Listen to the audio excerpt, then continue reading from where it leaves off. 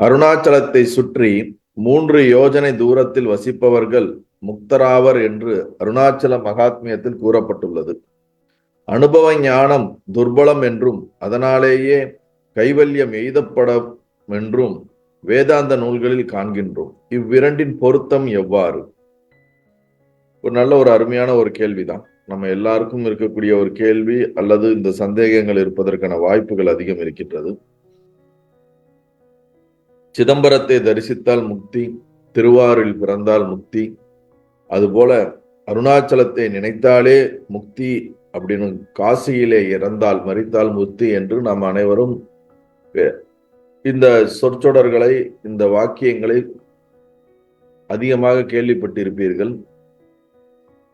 அப்படி அருணாச்சல மகாத்மியம் என்ற ஒரு புத்தகத்திலே, அதாவது திருவண்ணாமலையினுடைய சிறப்பு, பெருமை, அங்கே ஏற்பட்டுள்ள அந்த புராணத்தில் சொல்லப்பட்டுள்ள பல சம்பவங்கள் இதெல்லாம் தொகுத்து அதனுடைய மகாத்மியம் அந்த சிறப்புகளை சொல்லக்கூடிய அந்த புத்தகத்திலே அருணாச்சலம் என்றால் திருவண்ணாமலை, அந்த மலையை சுற்றி 3 யோஜனை தூரங்கள் யார் யாரெல்லாம் வசிக்கிறார்களோ அவர்கள் அனைவரும் முக்தி அடைவார்கள் என்று சொல்லப்பட்டிருக்கிறதே. அப்படி என்றால் நாம் அனைவரும் திருவண்ணாமலையிலே வசித்தாலே முக்தி கிடைத்து விடுமே அப்படிங்கிற ஒரு புரிதல் இருக்கின்றது. ஆனால் வேதாந்த சித்தாந்தத்திலே நான் யார், ஆத்மா என்பது என்ன, நான் பிரம்மமாக இருக்கின்றேன் என்ற அந்த அனுபவ ஞானத்தை அடைந்தால்தான் முடிவு, அதுதான் மோட்சம். கைவல்யம் என்றால் மோட்சம் என்று சொல்லப்பட்டிருக்கிறது. இப்போ இது ரெண்டுக்கும் இல்ல நிறைய வித்தியாசங்கள் இருக்கிறது போல. இதுக்கு என்ன, எப்படி புரிந்து கொள்வது, பொருத்தம் என்ன அப்படின்னா, எப்படி இதை ரெண்டும் வெவ்வேறு விதமான கோணத்திலே சொல்லப்பட்டிருப்பது போல தெரிகிறது, இதை எவ்வாறு புரிந்து கொள்வது என்பதுதான் கேள்வி. அனுபவ ஞானம் துர்பலம் என்று, அதாவது இந்த எக்ஸ்பீரியன்ஸ்டா வரக்கூடிய, நமக்கு வரக்கூடிய இந்த ஞானமானது ரொம்ப சிரமமான ஒரு விஷயம், ரொம்ப ரேர் டு ரேரா தான் கிடைக்குது அப்படின்னு வேதாந்தத்துல நம்ம படிக்கும் போது கேட்கும் போதெல்லாம் சொல்லப்படுகிறது. ஆனால் திருவண்ணாமலையை சுத்தி 1 யோஜனை அப்படின்னா 2 மைல், அதாவது 3.5 கிலோமீட்டர்ஸ், 3 to 3.5 கிலோமீட்டர். 1 மைல் வந்து 1.6 கிலோமீட்டர்ஸ் நினைக்கிறேன். அப்ப 2 மைல் 1 யோஜனா அப்படின்றாங்க. அரௌண்ட் ஒரு 4 கிலோமீட்டர், 5 கிலோமீட்டர்ஸ், 4 to ஒவ்வொரு இதுல பார்க்கும் பொழுது 3.5 to 10-15 கிலோமீட்டர்ஸ் வரைக்கும் ஒரு யோஜனான்னு சொல்லப்படுது. நம்ம ராமாயணத்துல கூட நிறைய இடங்கள்ல சொல்லப்பட்டிருக்கு, நம்மளுடைய ஸ்கிரிப்சர்ஸ்ல. ராமர் வந்து 8 யோஜனை தூரம் தாண்டி லங்காவை அடைந்தார் அப்படின்னு சொல்லப்பட்டிருக்கு. அப்ப யோஜனை என்பது டிஸ்டன்ஸ்.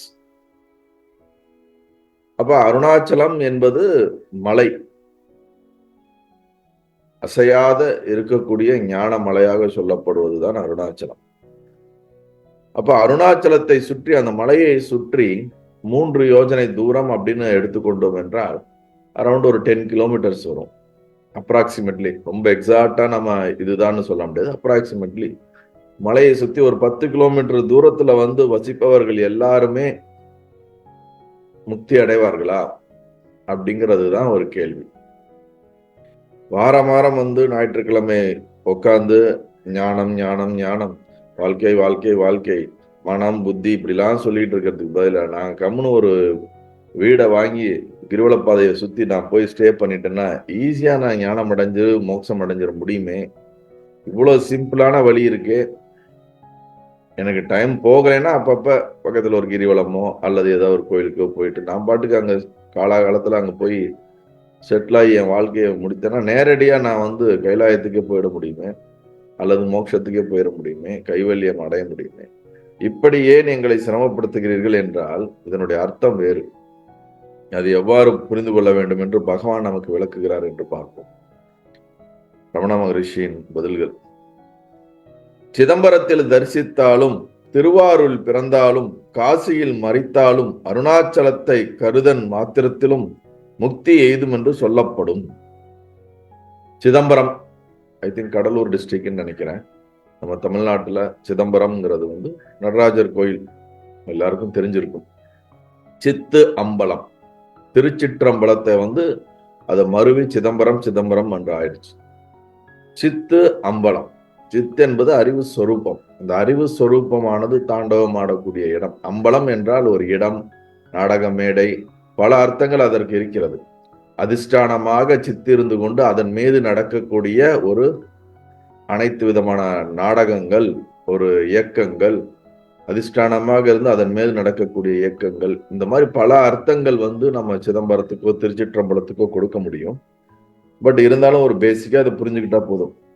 அப்படி சிதம்பரத்தை தரிசித்தால் முக்தி அப்படின்னு சொல்லப்பட்டிருக்கிறது. திருவாரூரில் பிறந்தால் முக்தி என்று சொல்லப்பட்டிருக்கிறது.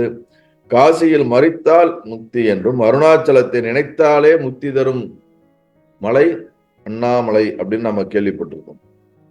இப்ப பகவான் என்ன சொல்றாருன்னா, இவை யாவும் ஒரே பொருள் வாய்ந்தவையே ஆகும். இந்த 4 வாக்கியங்களும் ஒரே அர்த்தத்தையே நமக்கு போதிக்கின்றன, ஒரே அர்த்தத்தையே குறிக்கின்றன. அதை எப்படி என்று விளக்குகிறார். சிதம்பரத்தை, அதாவது சிதாகாசத்தை தரிசித்தாலாவது தானேயாம் அதனை உணர்தலே. இப்ப சிதம்பரம் கோயிலுக்கு போனீங்கன்னா, அங்க மூலவர்கிட்ட பக்கத்துல பாத்தீங்கன்னா சிதம்பர ரகசியம்னு சொல்லி ஒரு சின்ன மண்டபம் மாதிரி இருக்கும், சின்ன ஒரு. அதுல பாத்தீங்கன்னா மேல ஆகாசத்தை பார்ப்பது இதுதான் அதனுடைய ரகசியமாக சொல்லப்பட்டது. அப்ப இந்த ஆகாசத்தை பார்ப்பது எப்படி ரகசியம், அதுல என்ன நமக்கு புரிய வருது அப்படின்னா, சிதாகாசம் என்றால் அந்த சித் ஒரு இந்த ஒரு நம்ம ஸ்தூல ஆகாசம் இருக்குல்ல, பஞ்சபூதங்கள் என்னது? நிலம், நீர், நெருப்பு, காற்று, ஆகாயம். அப்ப ஆகாயம்தான் காற்றுக்கு இடம் கொடுக்கிறது. ஆகாயத்திலிருந்து தான் காற்று உற்பத்தி ஆகிறது. காற்றிலிருந்து ஆகாயம், காற்றிலிருந்து அடுத்து நெருப்பும், அதிலிருந்து நீரும், அதிலிருந்து நிலமும், இவ்வாறாக ஒன்றன் பின் ஒன்றாக உற்பத்தி ஆகியது.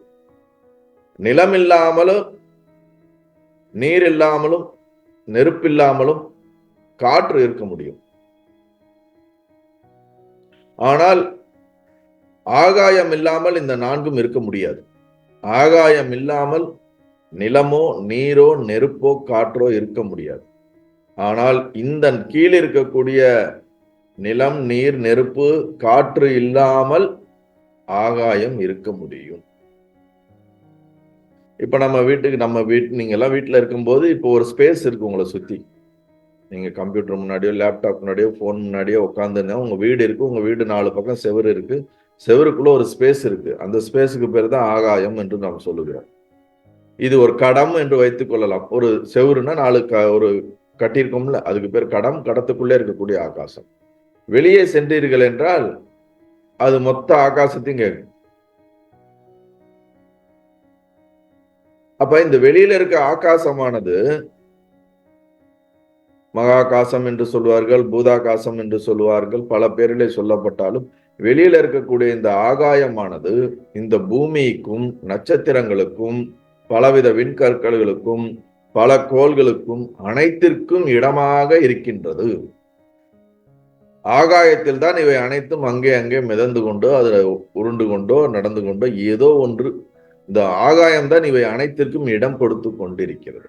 ஆதாரமாக இந்த ஆகாயம் இருக்கிறது. அதிலே இவை அனைத்தும் இயங்கிக் கொண்டிருக்கிறது.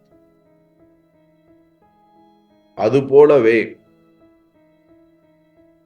சிதாகாசம் என்ற இந்த சித் உள்ள இருக்கக்கூடிய நம்மளுடைய அறிவு சொரூபமானதுதான் அதிலே இந்த மனம் அல்லது உடம்பு, இந்த உயிர்கள், இந்த எப்படி ஒரு நாடக மேடையிலே நாடகம் நடப்பது போல சித் என்ற இந்த அறிவு சொரூபத்தின் மேலே மாயை நடத்துகின்ற இந்த நாடகம், நடத்துகின்ற இந்த அம்பலம், இந்த ஒரு ஆட்டம், அதான் நடராஜர் நடனம் ஆடுவது அப்படின்றது போல காட்டப்பட்டிருக்குல்ல.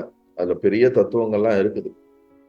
அது போல சிதாகாசம் தான் இவை அனைத்திற்கும் இடம் கொடுக்கிறது. எப்படி இந்த பூதாகாசம் இந்த பூமி மற்ற கோள்களுக்கு இடம் கொடுப்பது போல சிதாகாசத்தில் தான் இவை மொத்த சிருஷ்டியும், மொத்த ஜீவனும், வாட்டவர் என்னென்னலாம் இருக்கிறதோ அனைத்தும் இயங்கக்கூடிய, நம் மனமும் இயங்கக்கூடிய இடம் எது என்றால் சிதாகாசம். இப்ப உங்களுக்கு எல்லாம் மனசு இருக்கும். உங்க மனசு எங்க ஒர்க் ஆகுது? எங்க உங்களுக்குள்ளதான மனசு இருக்கு, எண்ணங்கள் வருது. இந்த மனம் இயங்கக்கூடிய இடம் எது?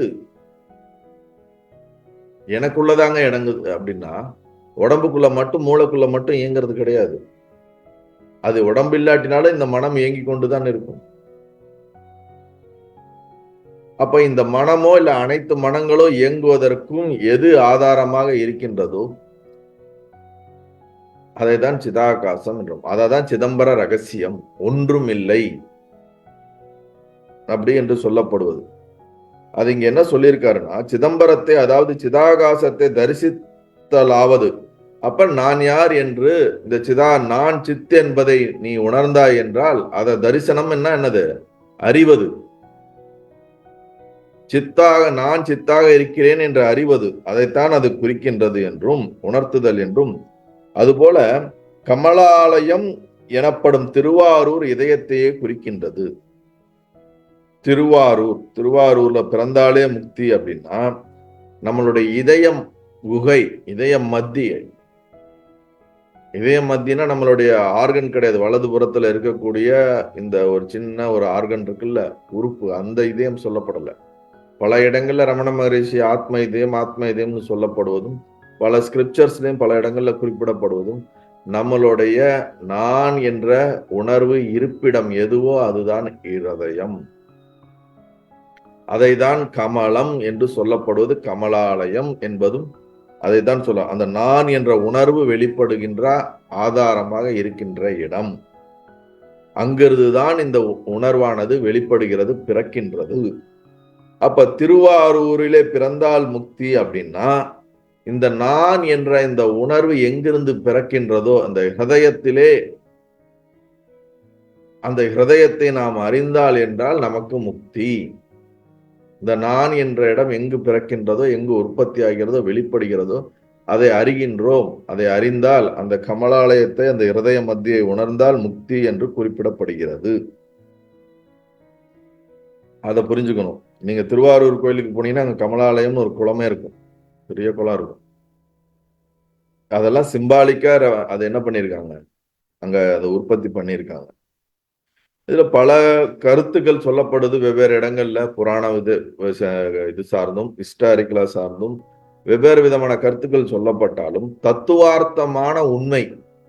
இப்ப திருவாரூர் பிறந்தாலோ சிதம்பரத்தை தரிசித்தாலோ அப்படின்னா மெஞ்ஞானம், அது உண்மை முக்தியை அடைவதற்கான வழியாக இதிலே உள்ள இந்த ரகசியங்கள் அர்த்தம், இந்த ரகசிய அர்த்தங்கள் புதைக்கப்பட்டிருக்கிறது.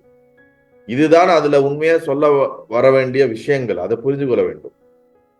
நம்ம ரொம்ப டைரக்டா வார்த்தைக்கான அர்த்தத்தை எடுத்தோம்னு வச்சுங்களேன், திருவாரூர்ல பிறந்தா முக்தினா திருவாரூர் மாடவீதியை சுத்தி ஒரு வீட்டை எடுத்து பிரெக்னென்ட் ஆகிறவங்க எல்லாம் அங்க கொண்டு போய் நம்ம தங்க வச்சு அங்க இருந்து பிறக்கிற குழந்தையெல்லாம் முக்தி ஆகும்னா அது எப்படி சாத்தியம்? சோ அந்த மாதிரி நம்ம அது டைரக்டா அந்த வார்த்தைக்கான அர்த்தம் குறிப்பு பொருள் அதல்ல, லட்சிய அர்த்தம் அது அல்ல. அப்படி புரிந்து கொள்ள வேண்டும். அதற்கு அடுத்து மெய்யுணர்வாம் இதயத்திலே பிறத்தலாவது அதனை உணர்தலே திருவாரூரில் முக்தி. காசி என்பது அகண்ட பிரகாசத்தையே குறிக்கும். அவ்வருள் ஒளியை அகந்தை நசிக்க பெறுதலே காசியில் சாதல் என்று அர்த்தம். நான் என்ற இந்த அகங்கார உணர்வு, நான் என்று நமக்கு எல்லாருக்கும் இப்ப உங்களுக்கு ஒரு உணர்வு இருக்குல்ல, காலையில நமக்கு நான் வருது, இரவுல அது எங்க போகுதுன்னு தெரியாம மறைஞ்சு போயிடுது. நான் நான் நான் நம்ம பிடித்து கொண்டு வைத்திருக்கிறோம்ல, நான் இது, நான் அது, நான் படித்தவன் படிக்காதவன், அன்பானவன் அழகானவன், இந்த மாதிரி எதெல்லாம் நான் என்று நாம் நானாக நினைக்கின்றோமோ அதற்கு பேர் அகங்காரம். அந்த அகங்காரம் நசிக்கக்கூடியது. அந்த நான் என்ற உணர்வு அழிந்து உண்மையான நம்மளுடைய சுயம் பிரகாசம், காசி என்றால் பிரகாசம், அகண்ட பிரகாசம் என்று சொல்கிறார். ஜோதி, நீங்க அதை அருட்பெரும் ஜோதின்னு வைத்துக் கொள்ளுங்கள், சுயம் பிரகாசம்னு வைத்துக் கொள்ளுங்கள், ஒளி என்று வைத்துக் கொள்ளுங்கள், பிரகாசம் என்று வைத்துக் கொள்ளுங்கள். அந்த பிரகாசத்திலே, ஞான பிரகாசத்திலே, ஒளியிலே இந்த அகங்காரமாகிய இந்த நான் மறைந்து அழிந்து சாகின்றதனால் அப்படி நடந்தால் அதற்கு பேரு முக்தி. அப்ப காசியிலே இறந்தால் முக்தி என்றால் இந்த அகங்கார உணர்வு சுயம் பிரகாசமான ஜோதியிலே பிரகாச ஞான அறிவு பிரகாசத்திலே ஞானத்தினால் அகங்காரம் அழிப்பதினால் அழிக்கப்பட்டால் அதற்கு பேர் முக்தி. அதை புரிஞ்சுக்கணும். ஆனா நம்ம காசியில அதுக்கு ஒரு தனி கதைகள் இருக்கிறது. அங்கே இறக்குறவர்களுக்கு கங்கையில இது அந்த மாதிரி ஒரு தனி கதைகள் இருக்கின்றது. அதற்கும் பல அர்த்தங்கள் கொடுக்கப்படுகின்றது. உண்மையான லட்சியார்த்தம் என்னன்னா இதுதான். அது போல இப்ப என்ன சொல்லிட்டாரு, திருவாரூர் சொல்லிட்டாரு, சிதம்பரம் சொல்லிட்டாரு, காசி சொல்லிட்டாரு. இப்ப அருணாச்சலத்துக்கு வராரு. கேள்வி அங்கதானே ஆரம்பிச்சது. இப்ப அங்க என்ன சொல்ல வர்றாருன்னா, அருணாச்சலம் என்பது அகண்ட சச்சிதானந்த ஸ்வரூபமே. அதனை எவ்வாறோ மறந்துவிட்டோம். நம்முள் நமது இயல்பாக என்றும் உள்ள அதனை ஸ்மரித்தலே, மீண்டும் நினைவு கூறுதலே அருணாச்சல ஸ்மரணையாம்.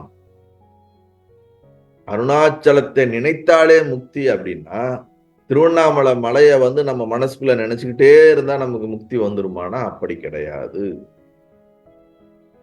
நான் வீட்டுல உட்காந்து திருவண்ணாமலையே நான் நினைச்சுக்கிட்டே இருந்தேன்னா எனக்கு முக்தி வந்துருவானா அப்படி கிடையாது. டயர்டாகி நமக்கு தலைவலி தான் வருமே தவிர முக்தி வராது. அருணாச்சலம், சலம் என்றால் அசையக்கூடியது. அசையாமல் எது இருக்கின்றதோ, எப்பொழுதும் எல்லா காலத்திலும் எது இருக்கின்றதோ, சத்தென்றால் முக்காலத்திலும் இருப்பது, சித்தென்றால் அது அறிவு சொரூபமாக ஞானமாக எப்பொழுதும் பிரகாசமாக இருந்து கொண்டிருப்பது, ஆனந்தம் என்றால் சுக உணர்வாக இருப்பது. அப்ப அருணாச்சலம் என்றால் சத்து சித்து ஆனந்தம் என்று சொல்லக்கூடிய இந்த உணர்வு, அதுதான் நான் என்று நாம் மறந்துவிட்டோம். மறைக்கப்பட்டு விட்டது நம்மளுடைய அறிவு அகந்தையினால். எப்பொழுது நீங்கள் உங்களை சாதாரண ஒரு வரையறைக்குள் உட்பட்ட ஒரு மனிதனாகவோ ஒரு ஜீவனாகவோ நீங்கள் உங்களை உணரும் பொழுது அது நாம் பந்தத்திலே எடுத்துக்கொண்டு விடுகிறது. எப்பொழுது உங்களை அருணாச்சலம் என்று சொல்லக்கூடிய சச்சிதானந்தமாக நீங்கள் உங்களை நினைவு கூர்ந்தால், அண்ணாமலையாரை நினைத்தாலே, திருவண்ணாமலையை நினைத்தாலே முக்தினா என்னது? நான் பிரம்மமா இருக்கிறேங்கிறத நீ நினைவு ரிமெம்பர் பண்ணேனாலே யூ ஆர் லிபரேட்டட். அப்பனா நான் டெய்லியும் உட்காந்து நான் சச்சிதானந்தம், நான் அண்ணாமலை நான் ரிமெம்பர் பண்ண அப்படி கிடையாது. இப்ப நீங்க இருக்கிறீங்க, உங்க பேர் உங்களுக்கு எல்லாம் சொல்லியிருப்பாங்க. நீங்க டெய்லியும் உட்காந்து என் பேர், இப்ப உதாரணத்துக்கு உங்க பேர் ஒரு சங்கர்னே வச்சுக்கோங்களேன். நான் சங்கர், நான் சங்கர், நான் சங்கர்னு டெய்லி உட்காந்து நீங்க ரிமெம்பர் பண்ணிட்டு இருக்கீங்களா? நீங்க ரிமெம்பர் பண்ணாமலே சங்கர் நீங்க தாங்கிறது உங்களை அறியாமலே அடியிலே ஆழமாக நீங்கள் அதுவாக தான் இருந்து அந்த பேர்ல தான் அட்டாச்சாகி வாழ்ந்துட்டு இருக்கிற மாதிரி, சச்சிதானந்தம் என்ற நான் என்ற அந்த உணர்விலே எப்பொழுதும் அதிலேயே வாழ்ந்தால், வாழ்றதுக்கு முன்னாடி அது நான் தான் அதுன்னு நினைக்கணும். நினைச்சிட்டாலே போதும், நீ வாழ ஆரம்பிச்சிருவ. அதனாலதான் திருவண்ணாமலையை நினைத்தாலே முக்திங்கிறாங்க.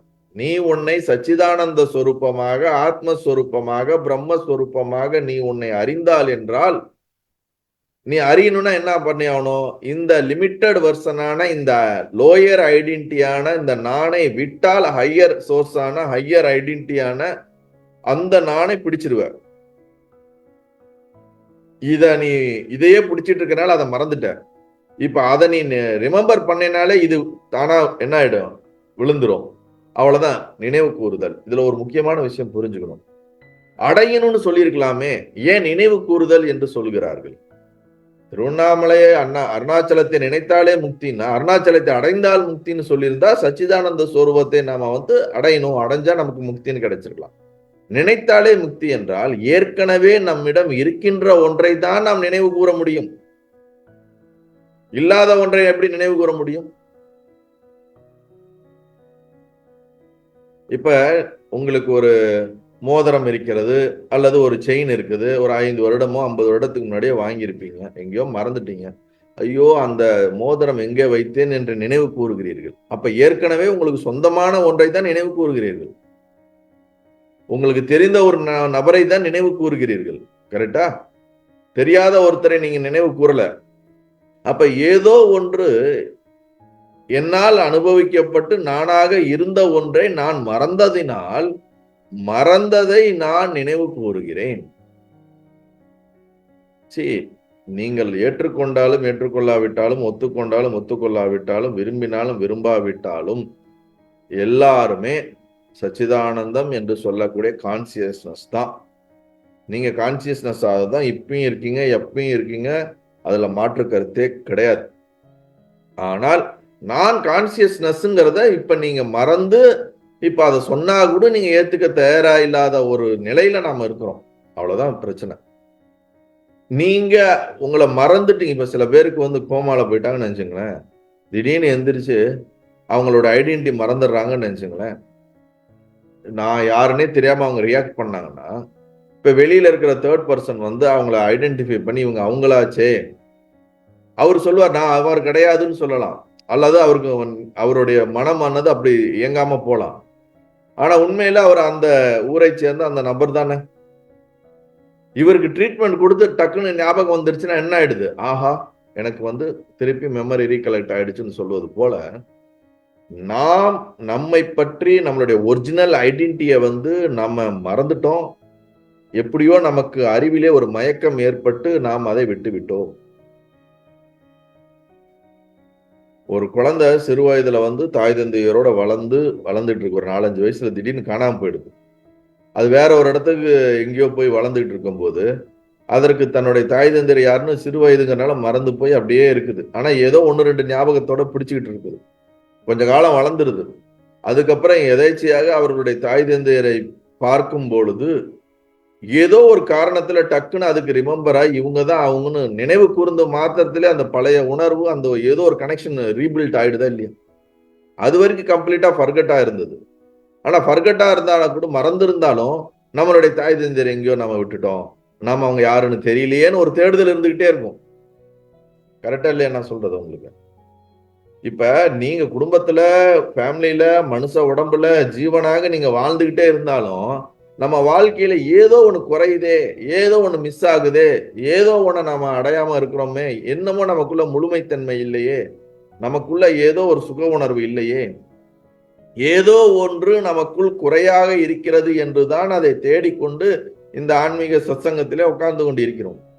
எனக்கு எல்லாம் நிறைவாக இருக்கிறது என்றால் இப்போது உட்கார்ந்து சத்சங்கத்தை நாம் கேட்பதற்கான தேவையே இல்லாமல் போயிருக்கும். அப்ப நமக்குள் ஏதோ ஒன்று குறை இருக்கிறதே என்பது தாய் தந்தையை இழந்த ஒரு குழந்தை தன்னுடைய பெற்றோர்களை தேடுவது போல, யார் என்று தெரியாது, ஆனால் இருந்திருக்கிறார்கள், அதனாலதான் நான் இருக்கிறேன், அது என்னன்னு தெரியல, யாருன்னு தெரியல, அவங்கள நான் எப்படியாவது இது பண்ணணும்னு உள்ள தோண்டுவது போல நமக்குள்ள என்ன ஆகுதுன்னா நம்மளுடைய ஒரிஜினல் ஐடென்டிட்டின்னு ஒண்ணு இருக்குது. அதை நம்ம எங்கேயோ விட்டுட்டோம். இப்ப நாம அதை எப்படியாவது அதை இது பண்ணணும், என்ன பண்றதுன்னு தெரியல. ஆனா அந்த குழந்தை வந்து சிறு வயதுல அந்த பேரண்ட்ஸோட இருந்த அந்த நினைவோ அது ஏதோ ஒரு கனெக்ஷன் அந்த உணர்வு அப்படியே இருக்குது. ஒரு நாள் எதிர்காலத்துல சந்தித்து அவர்களை ஐடென்டிஃபை பண்ணும் போதோ இதுக்கு எப்படி ஐடென்டிஃபை ஆகும்போது அந்த கனெக்ஷன் அப்படியே ரீபில்ட் ஆகி ரெஃப்ரெஷ் ஆகி புதுசா அப்படியே திருப்பி வரும். அது போலதான் நாம் நம்மளுடைய ஒரிஜினலான ஐடென்டிட்டியான சச்சிதானந்த ரூபம் என்பதை ஐ அம் த கான்சியஸ்னஸ், நான் கான்சியஸ்னஸ் தான் அப்படிங்கிறது நீங்க உங்களை ரிமெம்பர் பண்ண மாத்திரத்திலே யூ ஆர் லிபரேட்டட். அப்ப அருணாச்சலத்தை நினைத்தால் முக்தி என்றால் உங்களை நீங்கள் கான்சியஸ்னஸாக முழுவதுமாக நினைவு கூர்ந்தீர்கள் என்றால், உணர்ந்தீர்கள் என்றால், அறிந்தீர்கள் என்றால் அதற்கு பேருதான் முக்தி. சோ அததான் பகவான் இங்க என்ன சொல்றாருன்னா, அருணாச்சலம் என்பது அகண்ட சச்சிதானந்த சொரூபமே, அதனை எவ்வாறோ மறந்து விட்டோம். சரி, மறந்தது எப்படி மறந்தேன்னு நீங்க கேள்வி கேட்டீங்கன்னா, எப்படியோ மறந்துட்டோம். ஒரு எக்ஸிபிஷன் போறோம், திடீர்னு குழந்தை வந்து நம்ம கிட்ட பார்க்கும்போது அது மிஸ் ஆகி போயிடுது. குழந்தையும் நம்மளோடய இருக்குது, திடீர்னு கூட்டத்துல எங்கேயோ மிஸ் ஆயிடுது. அது எப்படி மிஸ் ஆச்சுன்னு நம்ம என்னதான் பார்த்தாலும் எந்த செகண்ட்ல எக்ஸாக்டா எப்படின்னா நம்ம சிசிடிவி கேமரா இருந்தா பார்த்து கண்டுபிடிக்கலாம். நமக்கு தான் தெரியாதே, நம்முடைய பாஸ்ட் எல்லாம் நம்ம எப்படி பார்க்க முடியும்? அப்ப ஏதோ ஒரு சடத்துல எப்படியோ என்னுடைய அறிவிலே ஒரு மயக்கம் ஏற்பட்டு என்னுடைய சொரூபத்திலிருந்து நான் விலகி விட்டேன். அதுதான் இங்க சொல்லப்படுது. அதனை எவ்வாறோ நான் மறந்து விட்டேன். நம்மை அப்படி மறக்க வைப்பதுதான் இந்த உலகத்தினுடைய வேலை, மாயாயோட வேலை. இப்ப நல்லா உட்காந்து ஆன்மா, ஞானம், பிரம்மம் இதெல்லாம் கேட்டுக்கிட்டே இருக்கும்போது, இதுக்கு அடுத்து இதை முடிச்சுட்டு உட்காந்து ஒரு போனை நோண்டும் போது ஒரு அழகான ஒரு ட்ரெஸ் வருது, அழகான ஒரு ஜுவல்ஸ் வருது, அல்லது நமக்கு பிடிச்ச ஏதோ ஒரு அட்வர்டைஸ்மெண்ட் வருது பார்த்தோம்னா, நம்ம இது வரைக்கும் ஆஹா கான்சியஸ்னஸ் அப்படின்னு நமக்குள்ள இருந்ததெல்லாம் மறந்து, இது என்ன காஸ்ட், என்ன கேரக்டர், இது என்ன இதுன்னு அதுக்குள்ள அப்படியே போன மாத்திரத்துல என்ன ஆயிடுது, இந்த ஞானம்லாம் ஓகையா முடிஞ்சது. அப்ப இந்த உலகம் பஞ்சபூதத்திலான இந்த உலகமானது நம்மை ரொம்ப ஒரு ஒரு என்ன சொல்றது, மேஜிக் போல நம்ம கண்ணை மறைத்து விடுகிறது. ஒரு மேஜிஷியன் என்ன பண்றான், நம்ம நல்லா பார்த்துக்கிட்டு இருக்கோம் உலகத்தை, அவனை நல்லா பார்க்கறான், அவன் என்ன பண்ண போறான், ஏதோ ஒண்ணு பண்ண போறான் அறிவோட தான் நம்ம பார்க்கிறோம். நம்ம பார்க்கவே நம்ம கண்ணு நல்லா திறந்திருக்கும் போதே அவன் கையை இப்படி இப்படின்னு எடுக்கிறான், திடீர்னு புறாவை எடுக்கிறான், திடீர்னு உள்ள இருந்து வெவ்வேறு விதமான காகிதங்கள் பேப்பர் என்னென்னமோ இன்னைக்கு புதுசு புதுசா மேஜிக் ஸ்பெண்ட் பண்றாங்க. அவன் ட்ரிக்கு தான் பண்றானே தவிர எங்கேயோ இருக்கிறத வெளியே எடுத்து நமக்கு ஒரு கண்கட்டி வித்தை தான் காட்டுறான். உண்மையாலுமே எதுவும் கிடையாது, கண்கட்டி வித்தை தான் காட்டுறான். ஆனா நம்ம கண்ணால பிரத்யட்சமா அதை பார்த்தாலும் நம்மால அதை ஐடென்டிஃபை பண்ண முடியாம இருக்கக்கூடிய ஒன்றுக்கு பேர் தான் கண்கட்டி வித்தை போல மாயை என்பது. இந்த உலகம் நமக்கு கண்ணுக்கு முன்னாடி தெரியுது, காதுல நல்லா கேக்குது, நல்லா நம்ம 5 புலன்களினால் இந்த உலகத்தை ரொம்ப பிரத்யட்சமா நம்ம அனுபவிக்கிறோம், அறிகின்றோம், ஆராய்கின்றோம். ஆனால் இதனுடைய உண்மைத்தன்மை நமக்கு புரியவில்லை. மேஜிஷியன் ரொம்ப கண்ணு முன்னாடி பிராக்டிக்கலா பண்ணி காட்டுறான், ஆனா அவன் எப்படி பண்ணான்னு நமக்கு தெரியல. அவன் ஒரு ட்ரிக்கு தான் பண்றான். ட்ரிக்குன்னு தெரிஞ்சு நமக்கு அதை கண்டுபிடிக்க முடியாம இருக்கிறோம் பாத்தீங்களா? அப்ப அந்த அளவுக்கு நமக்கு அந்த இடத்துல ஏதோ ஒரு அறிவு குறைபாடு இருக்குல்ல.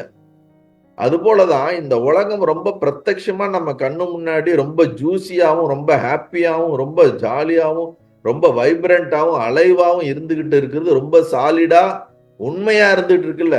ஆனா இது அப்படிப்பட்டது கிடையாது. இந்த உலகம் உண்மையானது கிடையாது. வெளியில இப்படி ஒரு பிராக்டிக்கலா இதே மாதிரி நிதர்சனமா இருக்குதானா கிடையாது. அப்ப என்ன நிதர்சனம்னு வரும்பொழுதுதான் உன் மனதின் விரிவே இந்த உலகம் என்று சொல்லப்படுது. உன் மனம்தான், உன் மனம்ங்கிற ஒரு பிலிம் ரோல்ல உன் மனம்ங்கிற உள்ளுக்குள்ள இருக்க ஒரு லைட்டு அது ப்ரொஜெக்ட் பண்றதுதான் உன்னால் பார்க்கப்படுகிறது. பார்க்கப்படுகின்ற திரையிலே பார்க்கப்படுவதை நீ நிஜம் என்று நீ நினைத்து கொண்டு இருக்கின்றாய். உண்மையில் அது வெறும் காட்சி தானே தவிர அது நிஜம் கிடையாது. இந்த நம்மால் பார்த்து அறியப்பட்டு அனுபவப்படுவது எல்லாமே மனதுக்குள்ள நடக்கக்கூடிய ஒரு விஷயம் தானே தவிர வெளியே கிடையாது. சோ அது போல அதனை எவ்வாறோ மறந்து விட்டோம். நம்முள் நமது இயல்பாக என்றும் உள்ள அதனை ஸ்மரித்தாலே மீண்டும் நினைவு கூறுதலே அருணாச்சல ஸ்மரணையாம். இங்கனம் சிதம்பரம், கமலாலயமாகிய திருவாரூர், காசி, அருணாச்சலம் என்னும் இந்த 4 சிவஸ்தலங்களை முன்னிட்டு கூறிய தரிசனம், பிறத்தல், இறத்தல், நினைவு கூறுதல் என்னும் இந்த 4ம் ஒன்றே என்பது தெளிவாம். இது இந்த 4ம் சொல்லப்படுகின்ற உள்ளார்ந்த அர்த்தமானது ஒன்றுதான். நம்மை நாம் யார் என்று தெரிந்து கொள்ள வேண்டும், தெரிந்து கொள்வதுதான். திருவாரூர் என்னும் தமிழ் பெயர் அருணி இறைந்த, அதாவது திருவருள் மயமாம். ஊர் என்று சிவஸ்வரூபத்தை குறிக்கிறது, அவ்வாறேதான் பிறவும். அதனுடைய ஒவ்வொரு பேருக்கும் அதுக்கு ஒரு விளக்கம் கொடுத்து அதுல இந்த மாதிரி இதெல்லாம் வருதுங்கிறத ஒரு லைன்ல சொல்லி அதை இது பண்றாரு. அப்ப நம்ம இதுல இருந்து புரிஞ்சுக்க வேண்டியது என்னன்னா, நம்ம திருவாரூர்ல போய் பர்த் எடுத்தாலும் சரி, காசியில போய் நீங்க டெத் ஆனாலும் சரி, அல்லது அதுல சொல்லப்படுகின்ற சிதம்பரத்தை தரிசனம், ஆகாசத்தை நீங்க விழிச்சு விழிச்சு பார்த்துட்டே இருந்தாலும் அப்படினால மட்டுமே நமக்கு முக்தி கிடைக்கிறது கிடையாது. அல்டிமேட் ட்ரூத்தை நமக்குள்ள நம்ம ரிமெம்பர் பண்ண வேண்டும். நாம தொலைத்ததை நாமே கண்டுபிடிக்க வேண்டும், அவ்வளவுதான். அதுதான் நம்மளுடைய பர்பஸ் ஆஃப் லைஃப், வேற எதுவுமே கிடையாது. ரொம்ப அழகா சொல்லிட்டார். நல்லது.